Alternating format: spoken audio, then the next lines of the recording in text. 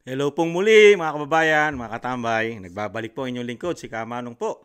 Dito po sa Tambayang Makabayan. Magandang araw po muna, tanghali, hapon, gabi. Madaling araw po sa ating lahat mga katambay. Saan man sulok po ng daigdig o mundo tayo naroon. Naway maingatan po tayo. Ito pong topic po natin mga katambay, komentuhan po natin. Ito pong, siyempre po, hindi pa po nawawala at pinag-uusapan pa rin po ang naganap pong hearing ng TWADCOM o Quadcom Committee mga katambay sa Kamara o sa Kongreso.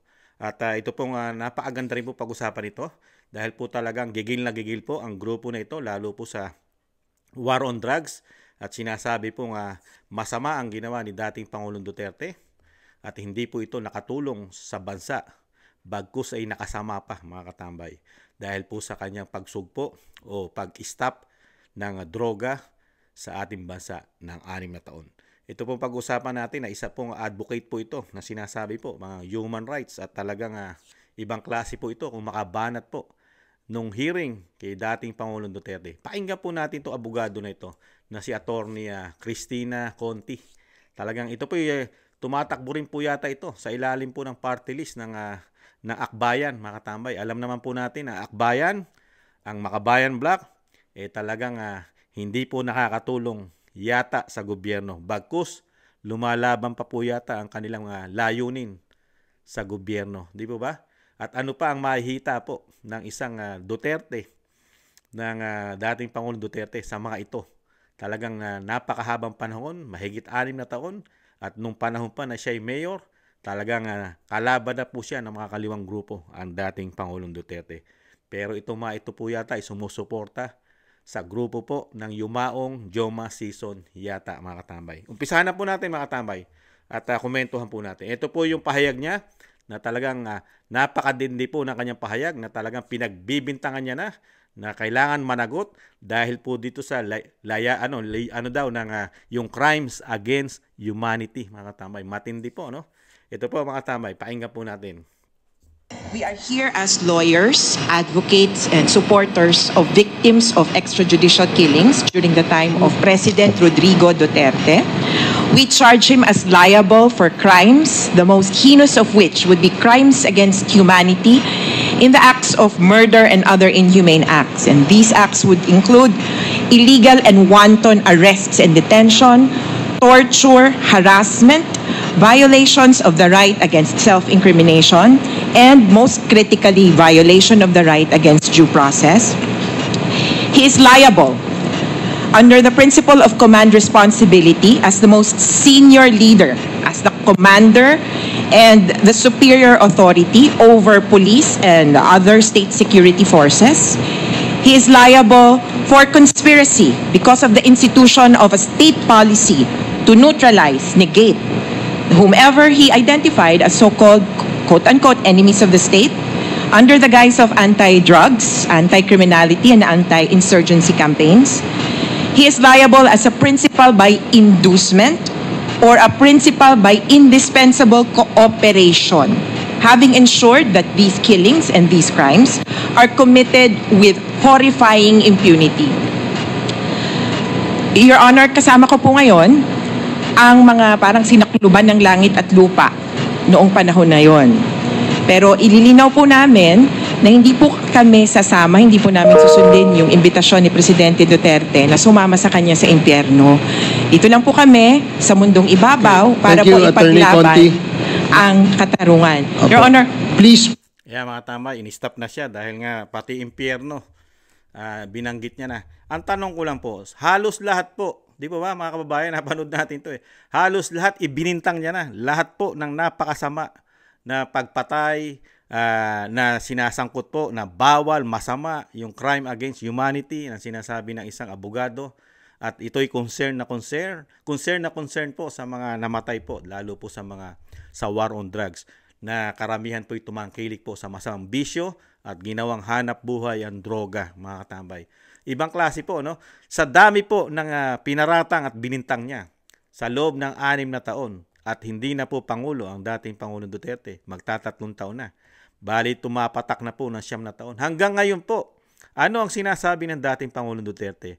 Napakarami niyong ibinibintang sa ginawa kong war on drugs. Napakatagal ng panahon. Hindi na siya presidente, magtatatlong taon na. Hanggang ngayon, hindi pa rin kayo nagsasampa ng kaso sa Korte ng Pilipinas. Dinadala nyo pa rin sa ICC.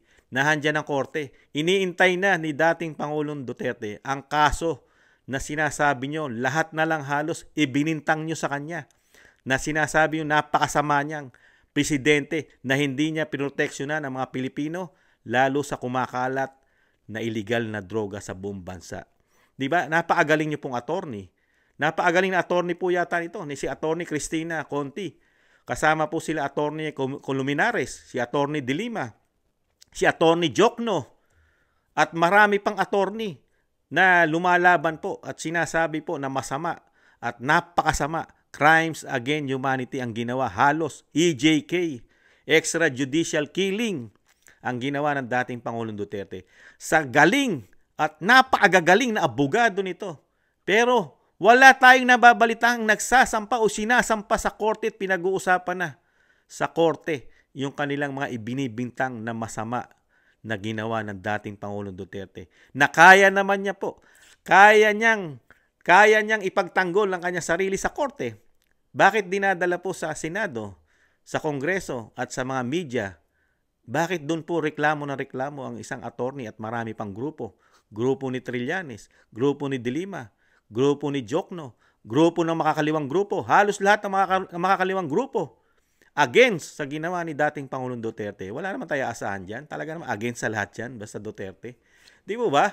Ang pinagtataka ko. Pero malalaman natin bakit po sila galit? Isa rin po. Ito rin po si attorney, mga tambay. Si attorney po, meron po siyang paniniwala about sa droga.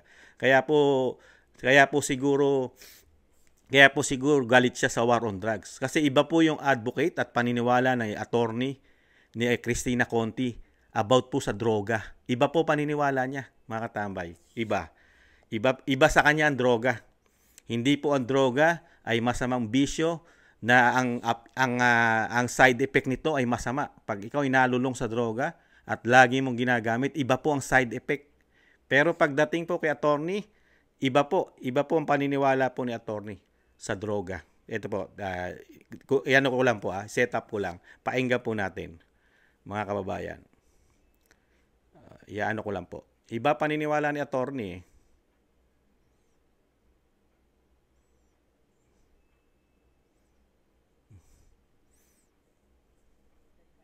Aba, hahanap lang tayo ng bagong lipat mo ng lugar. Kapag medyo okay na, babalik mo ulit. Kaya mali ang perception nila tungkol dito.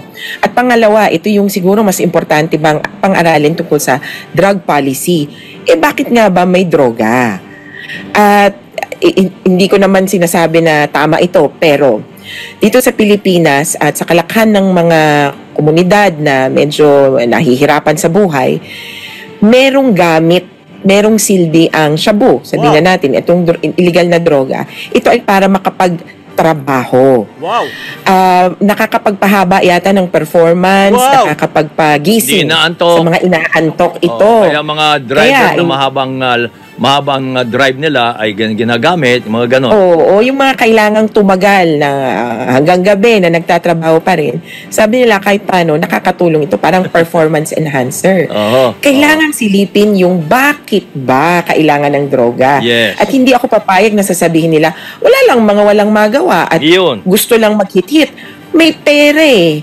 Babayaran mo yung droga, mahal din to. Opo. Bakit willing na magbayad ang mga tao para sa konting piraso, parang ang tawag nila piso, yung isang serving ng droga. Bakit magbayad sila ng piso? 100 pesos daw yun. Para lang for happiness? Ganun. Hindi May silbi ito sa kanilang mga buhay. Yun yung kailangang i-address. Kaya itong drug policy, socio-economic ang punot dulo pa ang tingin ko. Ibang klase pala, kaya pala galit si Attorney Conti sa droga, lalo sa war on drugs. Iba po pala paniniwala ni attorney sa war on drugs. Ito po pala hindi masamang bisyo sa kanya kung tutusin, mga katambay. May tulong po pala ang droga pagdating po kay attorney. Na galit kay dating Pangulong Duterte sa pagsugpo ng droga. Parang pag ito po pala ay nanalo na isa sa party list mga kababayan, magiging gagawin po palang batas na maging legal ang droga sa Pilipinas. Dahil ito po raw ay nakakatulong lalo. Sinabi pa ni Kabayan Noli de Castro, lalo sa mga driver na pampagising lalo raw po. Iisa po pala ang layunin, pati po ang ating PNP chief. Ganon din po ang kanyang pananaw. Ang droga ay nakakatulong po. Extra hour, lalo sa mga mahabang oras na kaya yung hindi ka natutulog, nagtatrabaho ka, pwede mong gamitin pala ito. Ibang klase pala si attorney. Kaya pala galit na galit sa war on drugs. Iba pala ang mga paniniwala ng mga sumusuporta. Sumusuporta po pala ito sa droga, mga katambay.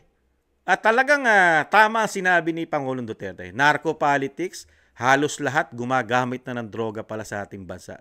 Kahit pala abogado ka pa yata, broadcaster ka pa yata, kahit na sino ka pa, artista, politiko, dahil dito po sa Kongreso, may naghamunan na po dyan. Si Vice President, sinabihan po nila, pinakalat nila may mental issue. Di ba, hinamon po ng drug test, wala sumagot. Tumahimik lahat.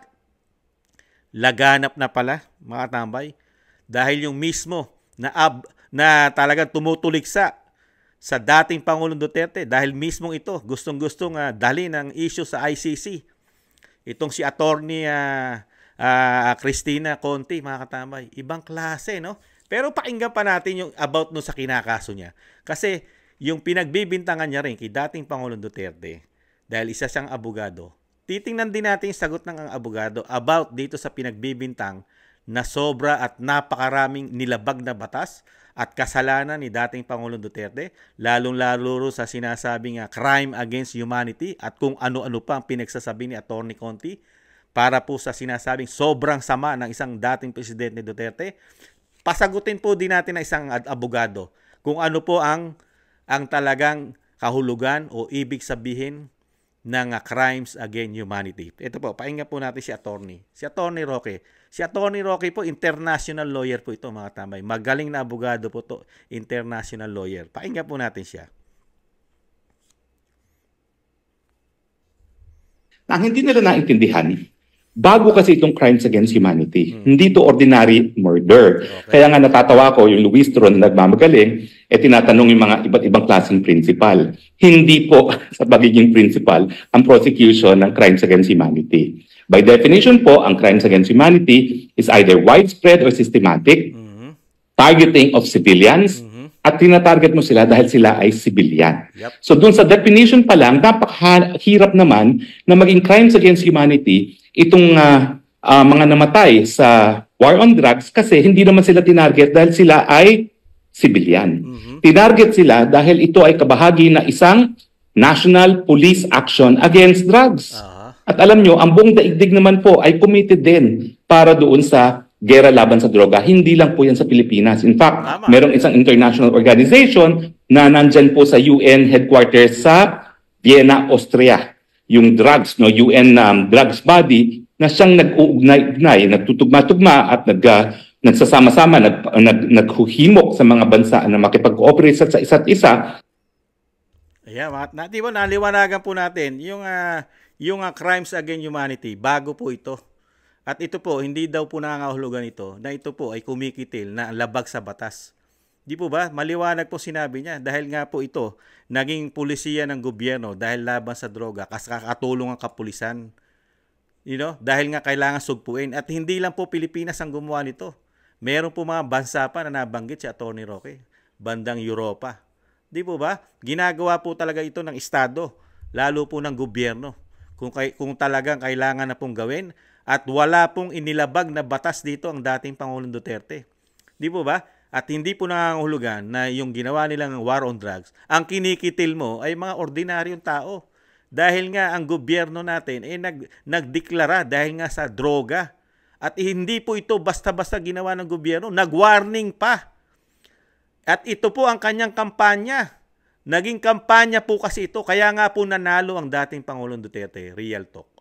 Ano po ba ang kanyang mga gagawin o propaganda o kanyang mga pinangako?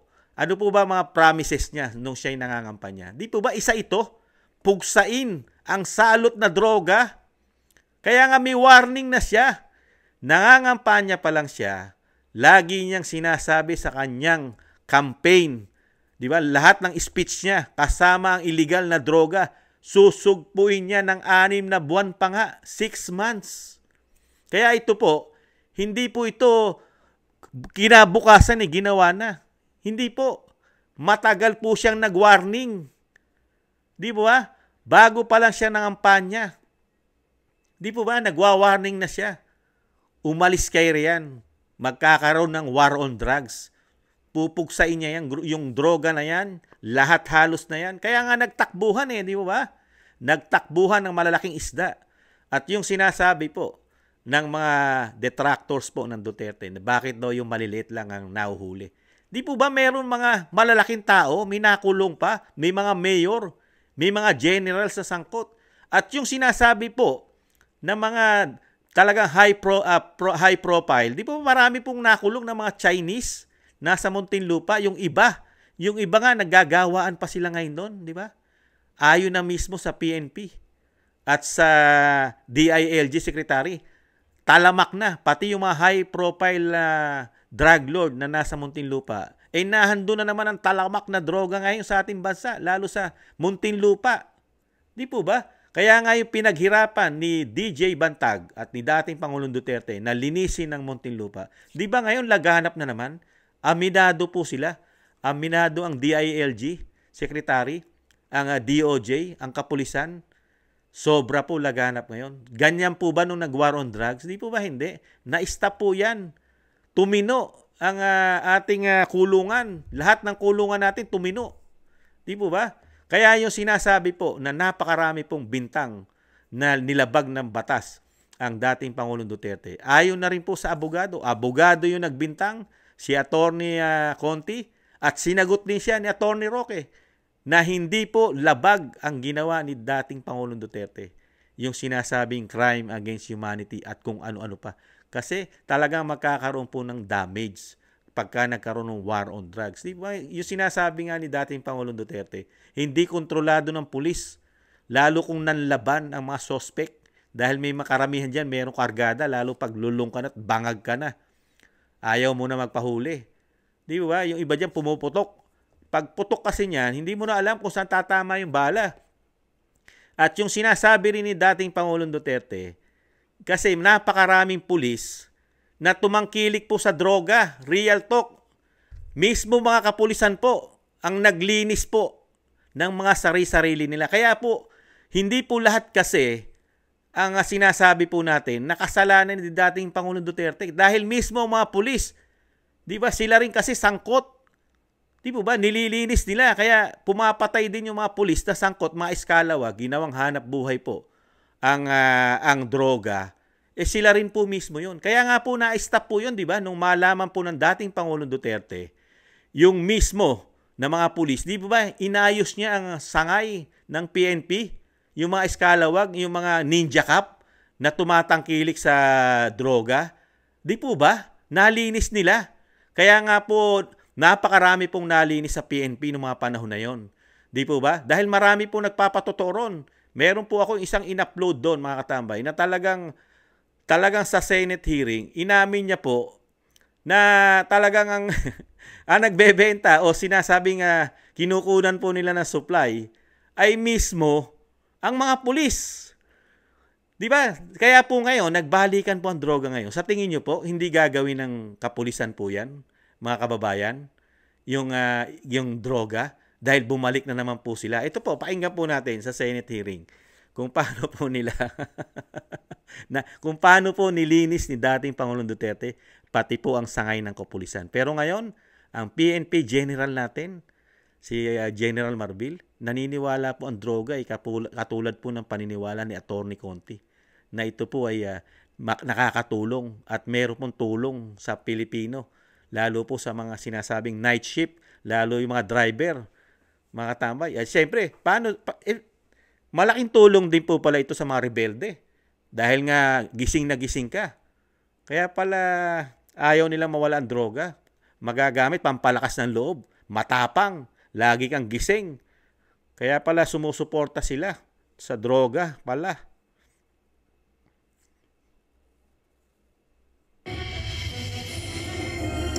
Magandang gabi, Ryan. Ano ba ang sinasabi ngayon yung ng war on drug na umihingi sila talaga ng ustisya at gusto nilang mapapanagot ang dating Pangulo na droga ang ama ni Kian base sa... Fast forward ko lang po.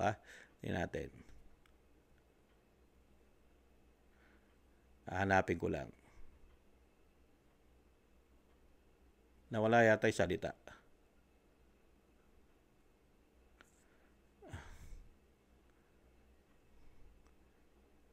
Hindi ko na yata makita yung sinalita nun.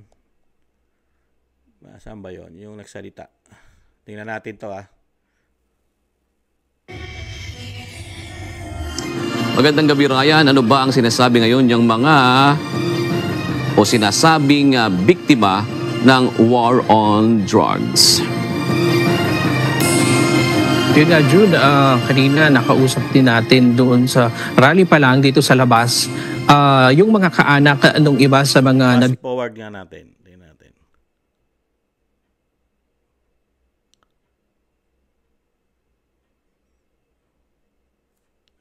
Sinasabi nito na siga, kinakatakutan at ginagamit daw si Kian ng kanyang pamilya na taga-Ben. Talagang sikat na sikat si Kian Ginoong Randy De Los Santos.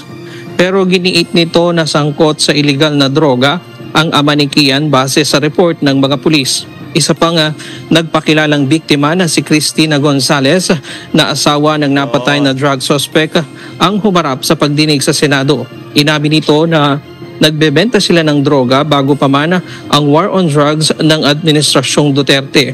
Aniya, galing mismo sa mga pulis ang kanilang ibinibentang droga. Pero nang sinabihan umanong maglilinis na ang mga pulis, sinabihan daw sila na umalis muna ang kanyang asawa sa Antipolo, pero hindi raw ito pinansin ng kanyang asawa. Nang July 5, kinuha daw ang kanyang asawa sa bahay at nabalitaan na lang niya na nasa... tingnan niyo po, di ba? Totoo mga pulis, ginagamit po ang droga. Ginagawa po nilang hanap buhay ng mga pulis, mga eskalawag. Mismo po yung in-interview po sa Senado. Talagang, di po ba? Galing sa kapulisan. Kaya yung sinasabi ni Attorney Conti, hindi po lahat masama ang ginawa po. Meron po mga pulis na masama. At nalinis po ni dating Pangulong Duterte mga eskalawag na pulis. At yung ginawa po, kaya nga napakaganda po nung ginawa ni dating Pangulong Duterte di ba?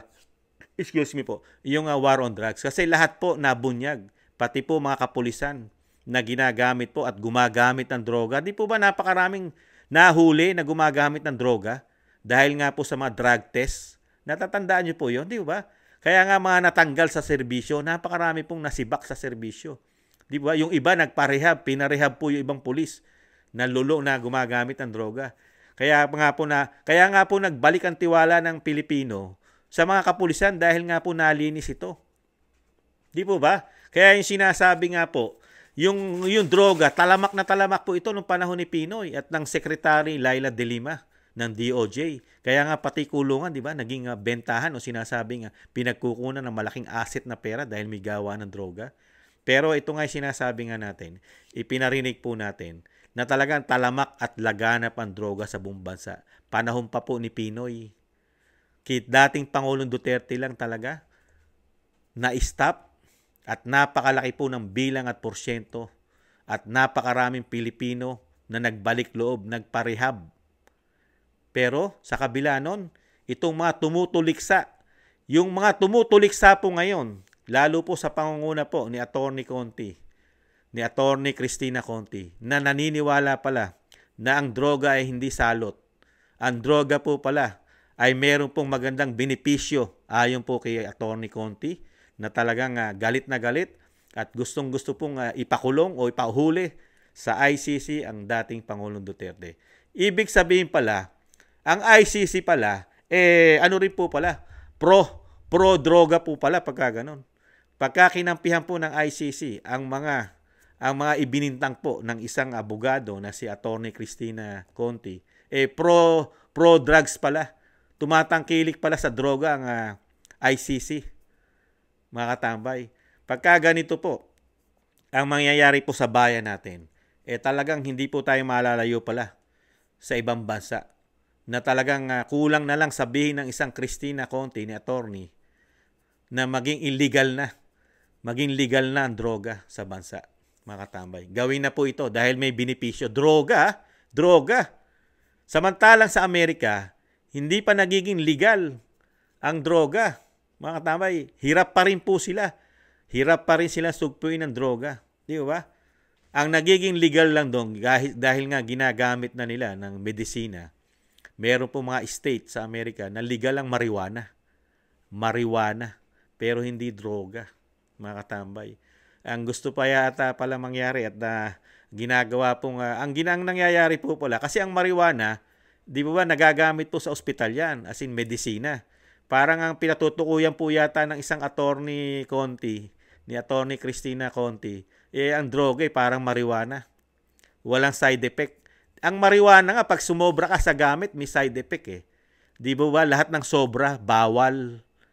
Pero pag kailangan daw pag-aralan pa ng gobyerno itong droga. Dahil nga, yan daw ay mahal. Bakit daw bibili ng Pilipino ng droga? Mahal yan. Kaya daw binibili, tinatangkilik yan. Dahil nga, meron siyang tulong. Meron siyang benepisyo. Ibang klase paniniwala ni attorney sa drugs. May benepisyo. Hindi niya nakita yung ginagawang krimen. Yung krimen na addictus na lulong sa droga. Yung ba benepisyo? Yung ba sinasabi mong benepisyo, attorney Conti, na yung ginagawa na addicted, na lulong na sa droga, pumatay, manggahasa, kahit buntes, ginagahasa, pinapatay.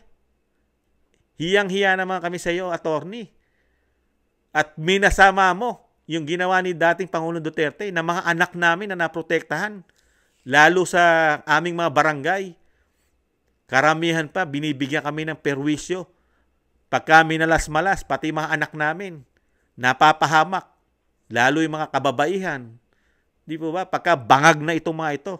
Kaya nakakalungkot po mga katambay. Wag na wag po natin tangkilikin ito. At wag na wag po natin payagan na makalusot po ito.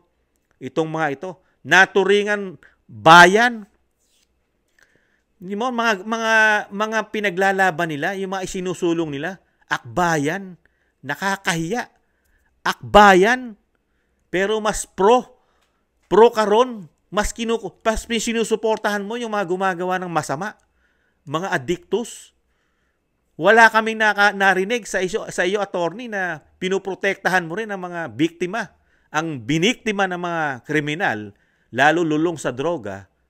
Wala kaming narinig sa akbayan, sa Makabayan Black, na kinukundinan nyo ang masamang bisyo nito at lalo yung ginawang krimen nito. Di ba? Tapos doon lang kayo nakatutok kay dating Pangulong Duterte na majority ng Pilipino ang nakinabang, yung hindi tumatangkilik sa droga at hindi gumagawa ng masama. Kami yun ang pinoprotektahan mo dahil pala sa'yo ang benepisyo ng droga pala sa'yo matindi ay nakakatulong pa. Ibig sabihin, yung ginawa ng mga addictus, mga kababayan, nakatulong sa bansa. Nakatulong. May tulong na nagawa. Yung mga lulong, yung gumagamit ng droga sa bansa. May tulong. Dahil sinasabi rin mismo ni Noli de Castro na pwedeng gamitin. Lalo yung mga nagtatrabaho sa gabi. Yung mga truck driver natin, yung mga jeepney driver natin, taxi driver. Ganun po ba? Yung mga delivery driver natin na panggabi, na kailangan nila ng energy. Bakit? Ginawa nyo na energy drink ngayon ng droga. Ibang klase ito. Ito mga ganitong klase na abogado. Matindi ito. Mahirap ito. Hindi pa nagiging batas na maging legal ang droga sa atin. Pero sa kanila, kailangan pag-aralan na. Nakakahiya. Tapos ito maririnig mo. Itong klase na abogado na ito at tutuliksa sa dating Pangulong Duterte. Ibang klase ang pananaw nito. Kaya mahirap po ito mga tambay. Pagka ganito ng ganito ang magiging maririnig nating pahayag. Marami pong kabataan ang masisilo na parang sa paniniwala po na pagka itong ganitong abogado nagsalita, baka mapaniwala ang ating mga anak na ang droga, ganun din ang PNP Chief Marbil, na ang droga ay hindi maituturing na salot. Grabe, no?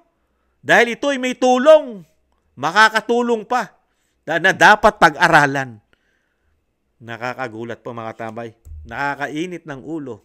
May mga anak tayo. Alam naman natin pagka lulong ka sa droga, wala ka na sa katinuan. Kaya nga pinare-rehab. Pagka naging addictus ka na, dahil nawawala ka na sa katinuan, nagiging buang ka na. Attorney, hindi po nakakatulong yan. Salot po yan. Kasi kung nakakatulong yan, hindi mo na pare-rehab yan. Hindi mo na gagastusan yan. Dahil nakakatulong pala ang katwiran, ano? Kaya pala sa totoo lang, mga katambay, yung sinabi ni attorney, pag nilagyan mo ng logic, marami pala talagang durugista sa ating bansa. Lalo yung may pera. Dahil madaling bumili pala sa kanila. Dahil kung ang paniniwalaan mo, yung sinabi ni attorney Conti, bakit bibili? Mahal yan. Kaya sila bumibili dahil may tulong sa kanila yan. Yung droga, may tulong. Babayaran ba nila yan, yung kakapiraso? Libo nga naman. Kaya kung paniniwalaan mo at lalagyan mo ng logic, yung sinabi ni attorney, marami pala, mga kababayan, marami pong may pera, mayayaman, mga milyonaryo at bilyonaryo yata, na kayang bumili ng droga. Mga katambay, alam nyo na ibig ko sabihin, marami pala. Kaya pala nahirapan si dating Pangulong Duterte na sugpuin ito, puksain itong droga. Marami po palang tumangkilik. Dahil mismo abogado, broadcaster, PNP chief, Pangulo ng Pilipinas, ibang pananaw nila sa droga. Nakakatulong. Pwedeng gamitin sa trabaho. Ibang klase. Ito na po ang bagong Pilipinas. Muli po si Katambay Manong, nakakalungkot man. Makarinig tayo ng ganito, pero tumutulik sa tama. Pero yung ginagawa niya, mukhang pumapabor sa mali. Maraming salamat po mga tambay sa mga naagusto po ng ating malit, Tambayang Makabayan sa YouTube at TikTok. At thank you rin po sa mga nagla-like, share, and subscribe at mga nagko-comment. Muli po mga tambay, maraming salamat po. Ingatan nawa. Paalam. Bye-bye.